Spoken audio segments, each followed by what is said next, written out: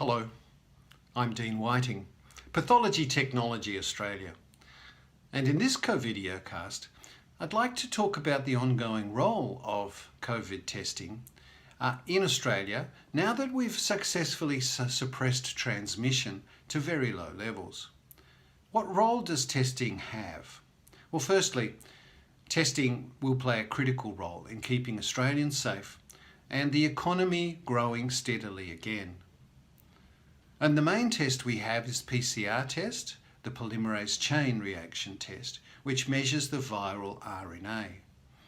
Now these tests are the most accurate tests we have, and they can be easily automated so that we could do theoretically around 100,000 of these tests every day.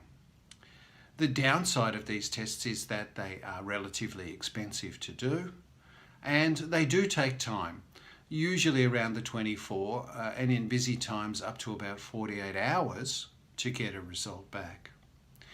You may have also heard me discussing the role of COVID antibody and antigen testing. And it's the antigen testing I'd like to focus in on today. We have some very specific applications for the antigen test, and even though the antigen test is not as accurate as PCR, it's very close. So if PCR has an accuracy base of around 98 or 99%, the antigen tests in Australia so far have an accuracy base between about 84 and 98%. So very, very close.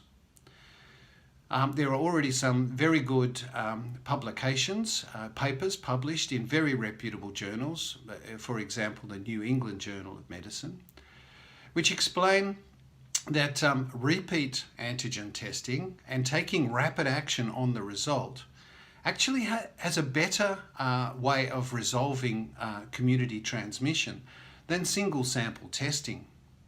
So how would this work? In high-risk settings, in essential workplaces, and in places where we really can't afford to have reinfection, we would recommend performing rapid antigen testing at least once a week or probably twice a week on all of the people working in those environments.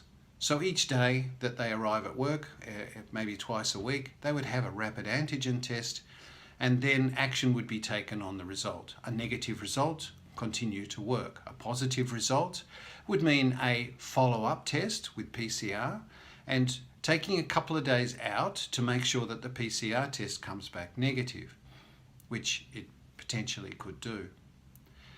There's a very specific application that I'd like to also point out, and that is in quarantine. So as Australians returning to Australia, travellers returning to Australia, or even going from state to state, there is a very clear role for antigen testing, not only for the people coming into Australia or into the state being tested on a regular basis with the antigen test, but also the people working in those environments, having a test on the way into work a couple of times a week.